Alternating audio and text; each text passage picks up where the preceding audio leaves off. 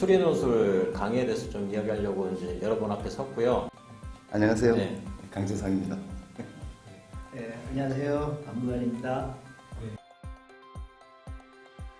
그러니까 뭐 선생님 이제 주로 이제 정규반을 하셨으니까 두 분 다. 근데 그 제가 봤을 때는 이제 저는 이제 정규반보다 재수반을 했던 학생들 더 잘 아는데 지금 연대도 붙고 성대도 붙고 이런 거 보면은 전반적으로 지금 논술이 효과가 지금 크고 또 논술로 지금 붙는 학생들이 늘었다는 거는 그만큼 그걸로 시험을 보겠다는 애들이 많아진 거죠.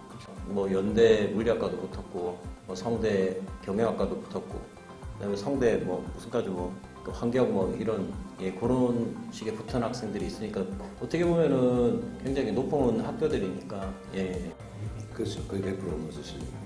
그리고 최저가 돼야 되는 거예요. 최저가 안 돼서 재수를 하는 경우가 많거든요. 또 또 수학이 받쳐줘야 되는 거죠. 연대 물리학과간에는 수학만 잘했어요. 수학만. 다른 건 이제 최저를 맞출 수 있는 정도였고 그냥 많죠. 한 20-30명 되는 것 같은데 그 재작년에 비해서 작년에 인원이 훨씬 더 많아진 것 같아요. 쭉 해서 이제 우리가 흔히 말하는 가천대까지 이렇게 쭉 있을 때 한 20명, 30명 이렇게 나오는 거 보면 굉장히 많이 합격해요. 그리고 수강생은 더 많았는데 합격률로 보면 합격률이 더 높은 거죠. 글쎄요, 제가 뭐 그러니까 우리가 크게만 생각하시면 역시 학생들하고 밀착, 철저한 밀착. 보통 보면 이제 애들 같은 경우에는 이제 좀 뭐랄까 우리 시체만에서 손을 좀 타서 들어온 애들도 있고 생초자도 들어오고 있잖아요.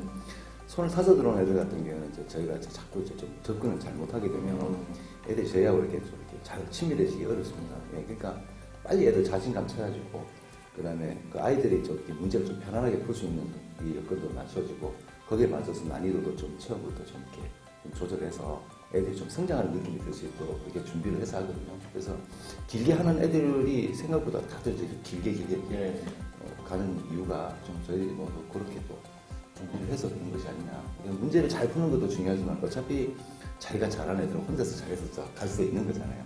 그러니까 저희가 도움을 필요해서 오는 애들은 그 도움이 뭔지를 저희가 잘 파악을 해서 그 도움을 잘 준비해 주는 것이 이제 애들이 좀 편하게 될 수도 있고 그게 뭐 그거는 제가 결국은 밀착을 많이 했다는 거잖아요.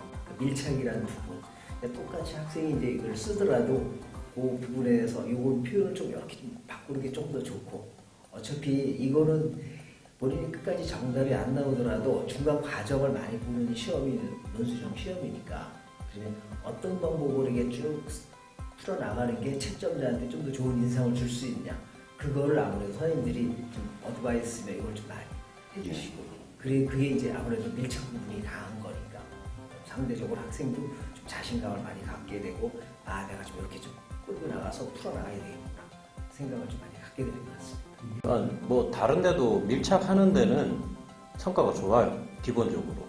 근데 이제 인원이 아무래도 많아지고 저희도 해보면은 인원의 한계가 있거든요. 근데 인원이 많고 또 이제 합격률이 높아지면은 아무래도 조교를 쓰게 되고 조교한테 채점하라고 하면은 그때부터 떨어지게 됩니다. 지금 선생님들은 직접 두 분 다 직접 하시니까 저 소수란 것과 손을 힘들어도 직접 하신다는 거. 그러니까 해보면요, 그 애들한테 그 애들이 좀 이렇게 정신이 없어가지고 이렇게 잘 못해준다더라도 한 번 갈 때마다 애들한테 이제 뭐랄까 애들 손 하나하나 이렇게 풀이 과정을 봐주면서 이렇게 짚어줄 때 그리고 내가 정말로 이 친구 상태를 보고 고민을 하고 있다는 것이 애들이 받아들이실 때 애들이 되게 고마운 걸 느낄 수가 있거든요. 결국은 이제 그게 도움을 필요로 해서 오는 거니까 제가 그에 맞춰서 도움을 주는 거고 제가 조금 더 내가 좀 더 성실하게 애들한테 이렇게 도움을 주려고 노력하는 거니까 그런 것들에 대한 상황을 이렇게 보니까 마음이 열려지는 것이 사실 기술적으로 이렇게 뭐 이렇게 채점을 잘하고 좋은 문제를 주고 한다는 것은 저희만이 뭐 잘할 수 있는 그런 건 아니니까 그러면서 얼마나 애들이 마음 편하게 저희들한테 저희가 시간을 줄 수 있게 만들어주는 게 제일 중요한 거 아닌가 싶어요. 그럼 많이 배우겠네요. 직접 이렇게 해서 이렇게 직접 이렇게 찝어주시니까. 예, 그렇죠. 가급적이면 그래서 잘 이렇게 네가 스스로가 정리가 안 된다 그러면 일단 내가 해주는 거라도 배워서 다음에 그 똑같이 반복해서 나한테 설명을 해봐라. 하다 못해서 그러지 서로 이렇게 의견 교환하고 하니까 아무래도 이제 역량이 좀 돼 있으면 뭐 시점은 뭐 그렇게 크게 중요한 것 같지는 않아요. 근데 내가 역량은 좀 부족한데 방법은 이것밖에 없다 그러면 하루라도 빨리 하시는 게 제일 중요해요. 그러니까 이게 있어요. 지금 막 5, 6등급 나와서 막 진짜 수능을 1, 2등급 올려서 갈 수 있는 게 아니잖아요, 솔직히. 근데 수학만 잘한다 이런 경우도 있거든요. 그럼 빨리 시작해가지고 최저 맞춰서 아까 그 학생처럼 그렇게 가면은 최고 대학도 갈 수 있는 거잖아요. 이제 컨설팅 하시는 이런 분들은 막 종합을 만들어서 뭐 하면 가능성 있다 이야기를 하는데 그거는 이제 예비 고1에서 고1 올라갈 때부터 이렇게 탁탁탁탁 된 애들은 그게 되는데 지금 2학년인데 방법은 딱 하나밖에 없잖아요. 교과가 안 좋으면은 종합을 지금 만들 수도 없고 그럼 할 수 있는 수시는 딱 논술밖에 없어요. 근데 그거는 그때부터 준비를 할 수 있으니까 물론 수학이 너무 안 되면 문제가 있겠지만 수학이 조금이라도 든다면 빨리 준비하시는 게 좋죠. 네. 그 한번 이제 이화여대 예를 들면은 이화여대도 그 대외적으로 학교에서 이제 홈페이지를 통해서 공지한 부분은 범위가 전범위 다였거든요. 근데 실제로 출제하는 쭉 최근에 그 트렌드는 범위를 굉장히 압축시켜주고 있어요. 학생들한테 부담이 안 되게끔 선택 과목을 거의 출제를 안 해요. 예를 들면 이제 기하 벡터라고 돼 있지만 사실 그 기하 부분도 고1에 있는 원의 방정식 부분을 집중적으로 출제를 해주고 있어요. 그러니까 상대적으로 선택 과목 기하 벡터는 공부를 안 해야 되는데 기하라는 이름은 똑같으니까 고1 부분을 집중해서도 공부하라는 뜻이죠. 그리고 최근에 계속 모의 논술, 실전 논술 계속 출제를 해주고 있어요. 그리고 거기에 맞게끔 이화여대를 준비한 학생은 그쪽을 더 많이 몰두해서 집중적으로 자기가 해야죠.